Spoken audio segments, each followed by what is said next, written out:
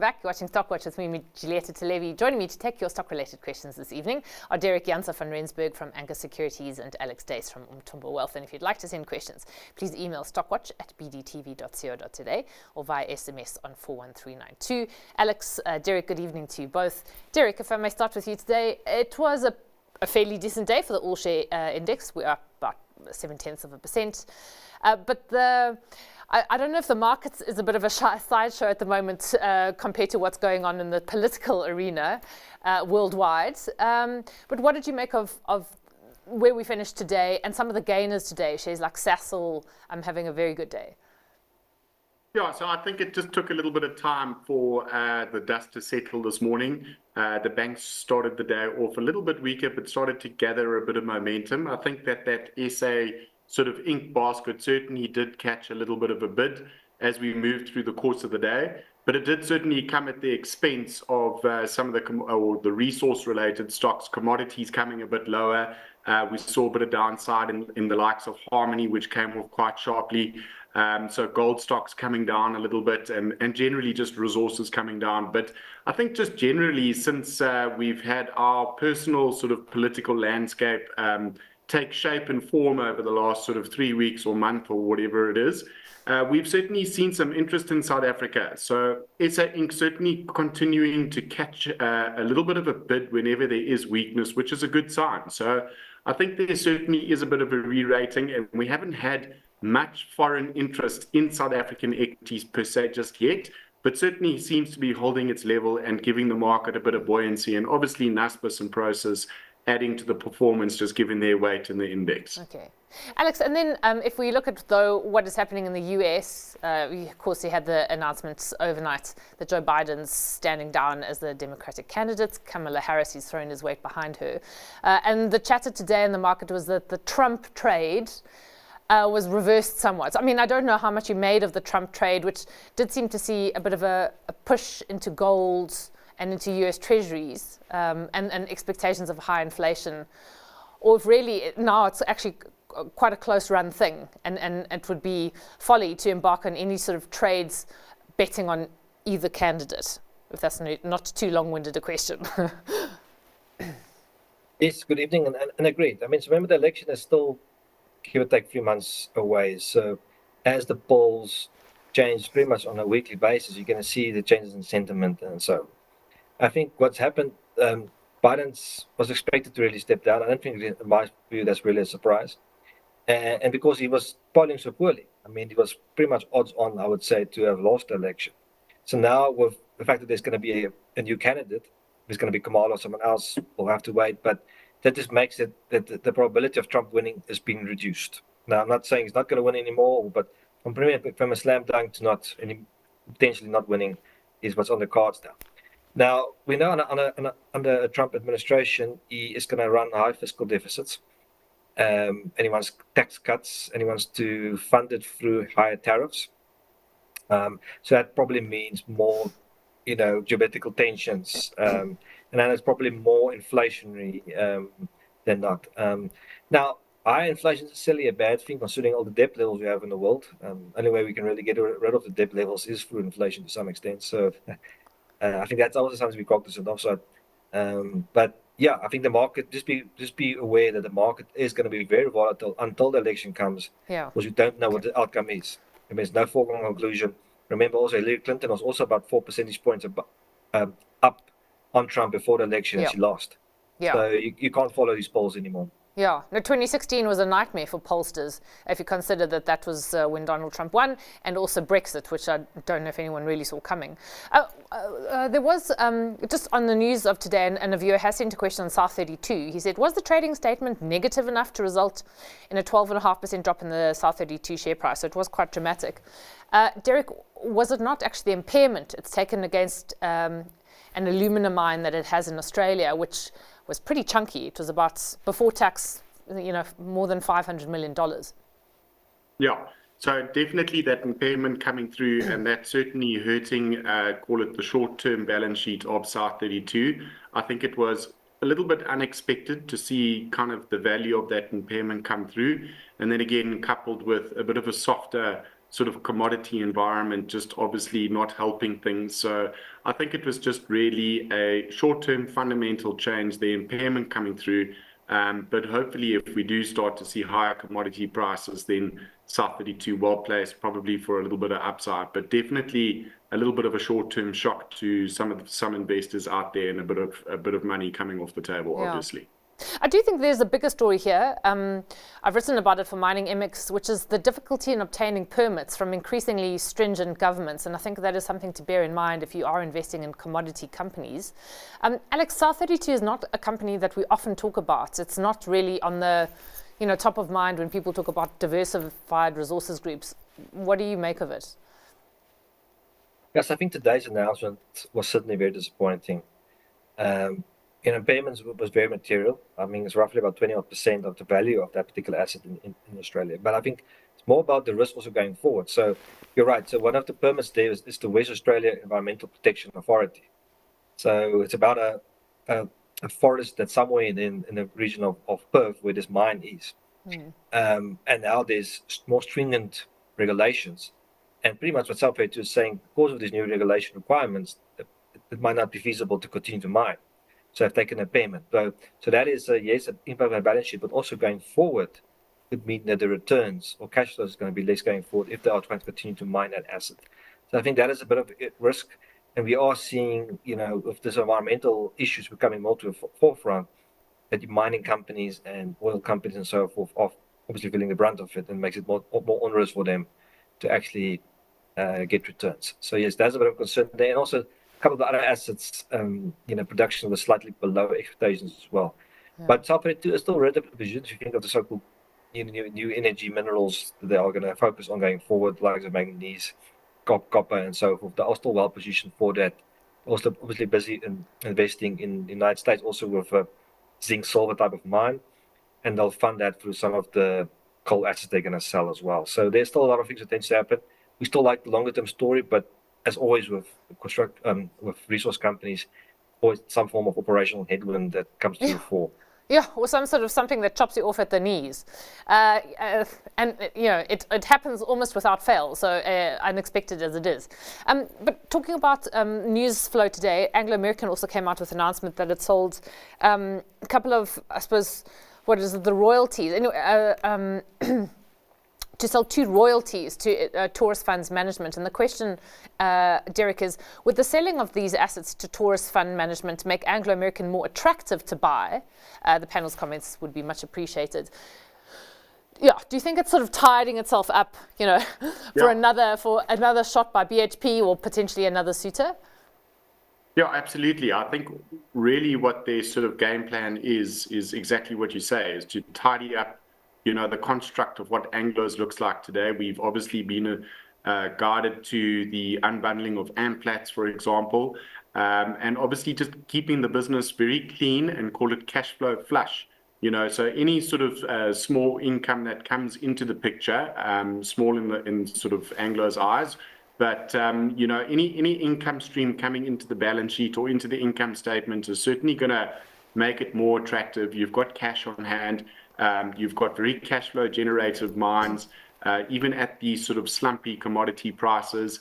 The big thing is obviously pivoting around their copper assets, which is the big sort of play at stake here for a lot of the other competing diversified miners. And Billiton did certainly make that kind of known in terms of their copper assets looking very attractive.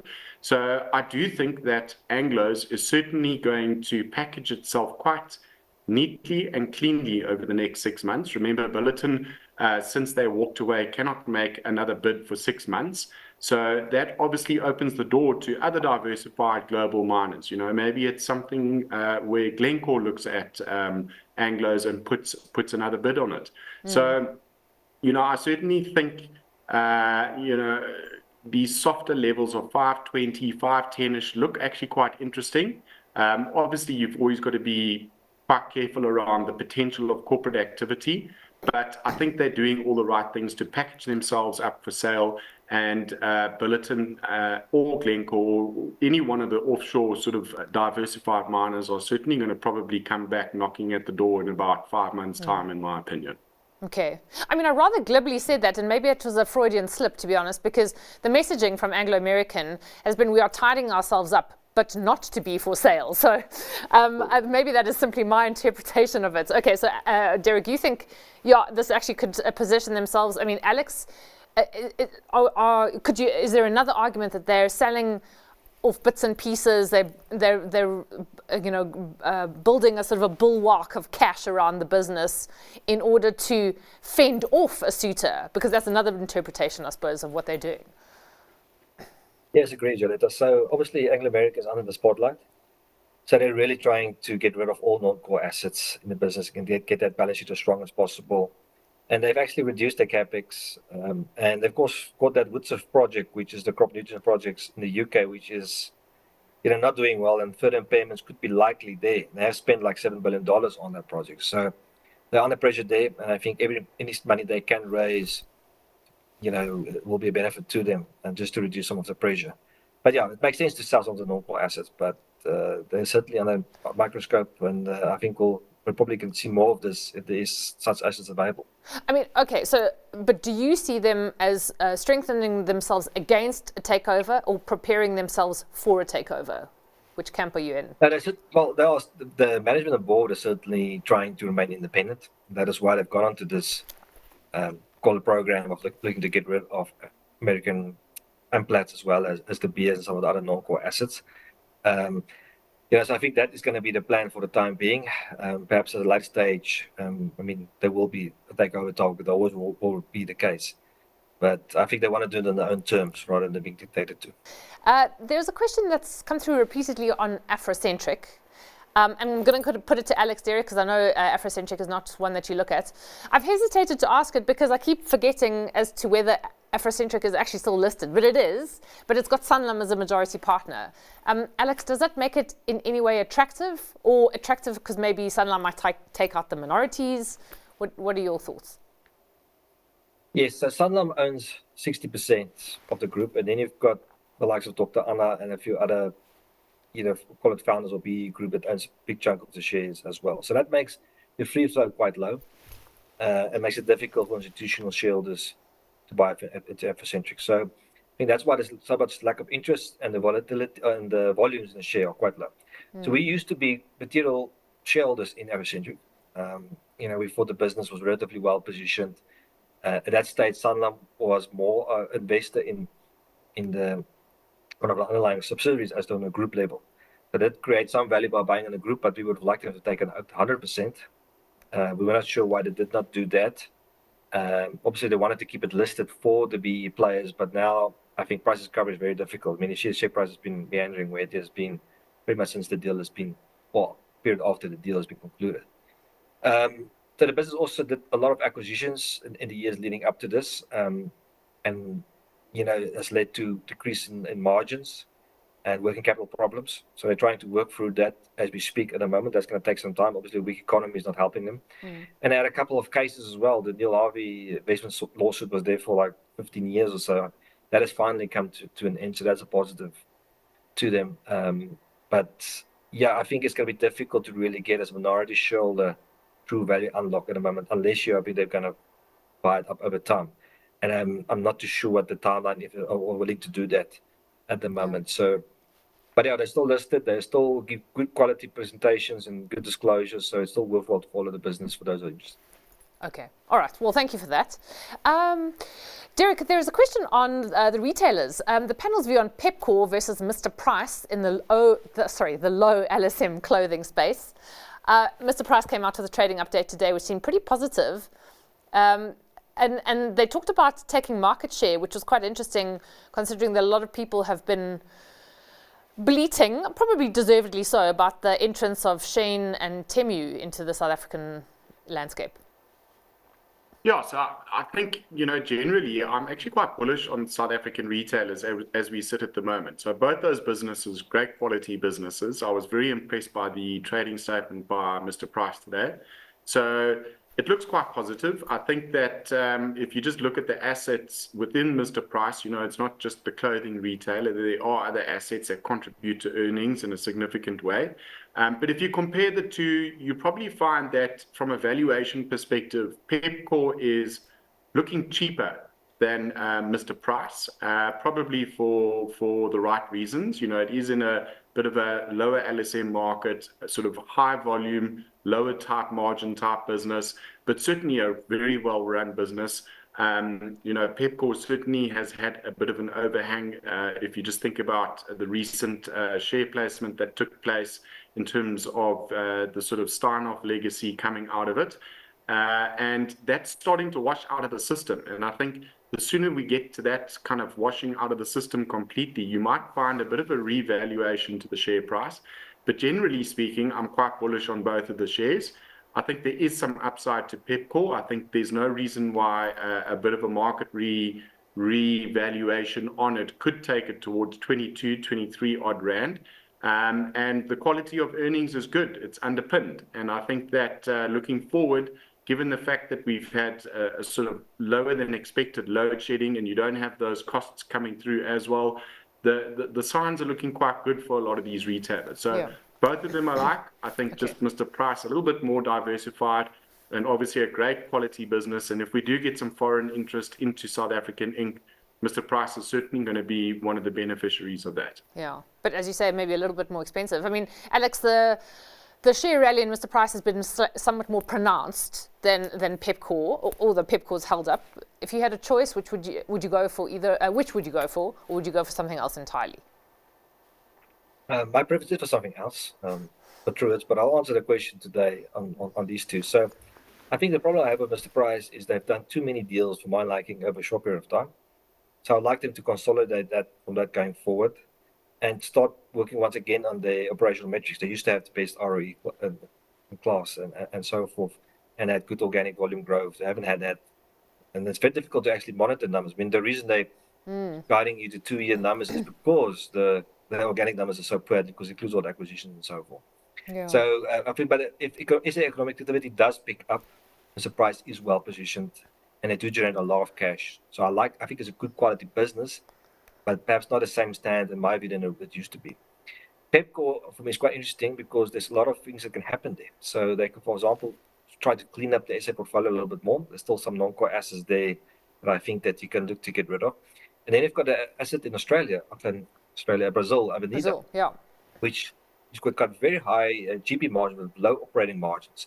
And that is because they don't have scale yet in Brazil. And as they get more DCs, they get more scale there, you're going to see big margin expansion potentially in that business. And considering that we're going to roll out very aggressively the store base, you can see a very high growth rates in revenue with even higher growth in earnings due to margin expansion. So I think Brazil could be quite a game changer for Pepkor if they can achieve this. So that's something to look out for over the next 2 to 3 years to see if they are getting traction there. Yeah. And then they've also got a fintech business, which they are quite sizable and they're doing quite well there. And then, of course, Pep and Ackermann's great brands in SA that will benefit us in. So I think, it's a good business, Pepkor. Valuation is probably also fair, I would say, but it's got some optionality on the growth side. And, I'm lukewarm on Mr. Price. Okay. Then moving on to a company in which people have very firmly voted with their feet is CrowdStrike, which helped cause that massive IT outage. And the viewer says this outage caused by CrowdStrike, shares down 42% in the month, heading for 50% down. Would you hold if you're invested, bail out of half, or invest now for the long term if you have cash waiting for an opportunity? In the long run, is this not an overreaction? In other words, maybe are they somewhat protected from liability and maybe they're insured for this? Yeah. So is it either a big long-term opportunity or stay away from this shifting story? Deryck, where do you stand? So I think it's obviously had a very poor run, and for all the reasons that we know. Has it bottomed? I don't think so. I think that there could be some continued downside. I think what the market's going to be looking for now is what do future earnings look like for a company like CrowdStrike. And you might find in the short term that there is a move away from CrowdStrike to some of the other competitors. SentinelOne comes to mind, where they become benefactors from, call it the clientele that may short term look to move away from CrowdStrike. So I think that the market's worried about the short-term future earnings, and that's obviously going to come through in the next quarter results, where we've just got to keep a very close eye in terms of what the revenue generation is, even at the top level. So if you've got it, I would probably hold it. It's obviously declined quite sharply, and we all know that these American shares adjust very quickly to bad news, or good news for that matter. Would I be buying more? I'd probably be patient and wait for those next quarterly results and have a look at the actual fundamental positioning of the business looking forward. But certainly I wouldn't sell it at these levels, but I wouldn't buy it either. So I would call it a hold, and just be a bit careful and rather be cognizant around what the future prospects and earnings look like. Okay. Alex, how about you? Are you averaging down if you're a CrowdStrike holder? Look, I don't follow the company, so I can't give you an informed view. But one thing I can tell you, if you do have problems with a big client like with Microsoft, you know who's going to be the winner in that, and also you can never rule out litigation in the US. Yeah. Although, I mean, that would be one hell of a complex legal suit, I imagine. So I'd love to be a lawyer, because you'd have work for ages. Okay. And then a very quick question on Copper 360. The viewer says, will they ever show a profit? Alex, sticking with you, do you think quite a binary question, or do you think actually they may well be on track to do so? Honestly, I do not know. I don't follow it closely enough to give an informed view. Sorry. Deryck, is this one that you look at?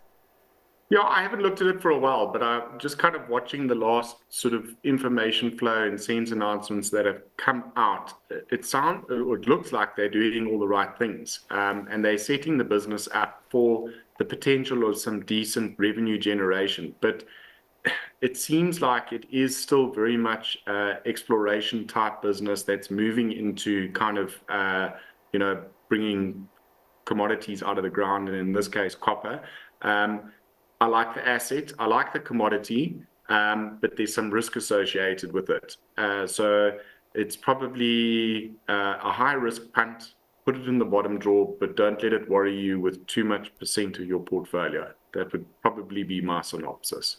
Yeah, I love a high risk punt, and I generally lose money on them. But yeah, you need a bit of excitement in your life. Okay, getting to your stock picks this evening. And sorry to the viewers who sent questions on Sun International and CopX. Zanati will get those to those tomorrow night. Alex, what are you going for this evening? So I think for those that are willing to buy some South African small cap stocks, there are quite a lot of compelling opportunities at the moment. And one of those are Argent, which I have highlighted before, but I still think Argent is incredibly undervalued at the moment. So the net cash compared to market cap of the business is, call it roughly mid 30s to 40% as market cap. So that's yes, they're going to earmark some of those for deals overseas, but yet it's made that there's no balance sheet risk. Yeah. The SA component of the business has been outperforming for quite a number of years. Hopefully, if economic activity picks up a little bit, they could perhaps do a bit better and perhaps make it easier to sell, because they are trying to sell the SA assets, invest more in offshore. And offshore businesses, which are predominantly in the UK and a couple of other regions, are doing very, very well. I mean, they're making ROEs on that part of the business over 33%, which means it should be trading at quite a sizable value compared to its book value within that part of the business. And overall, Argent is trading at quite a sizable discount to book value.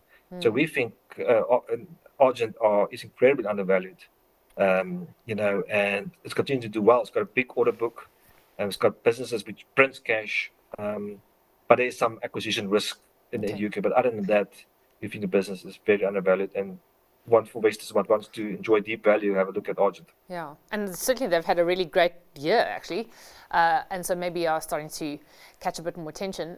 Deryck, how about you? What are you going for?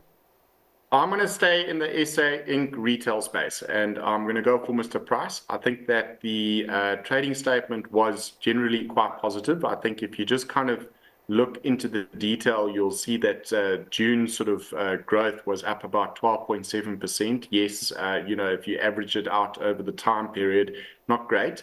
But I think the backdrop of a better economic environment, less load shedding, the potential of interest rates starting to turn and come down before the end of the year, I think all plays into into the hand of Mr. Price. And I think if we do get some foreign interest in South Africa as we start to move towards the end of the year and into early next year, I think it's not on a demanding valuation. Looking forward, it's probably above its medium, but I do think that you could get a bit of a revaluation in some of these SA retailers, and Mr. Price is certainly going to be one of the beneficiaries of that. So, Mr. Price this evening. Okay, James, we'll leave it there. Thanks very much for your time this evening. Much appreciated. Deryck Janse van Rensburg is from Anchor Securities. Alex Duys is from Umthombo Wealth. And as I said, those questions we didn't get to, we will tomorrow night. But do stay tuned for the close up next.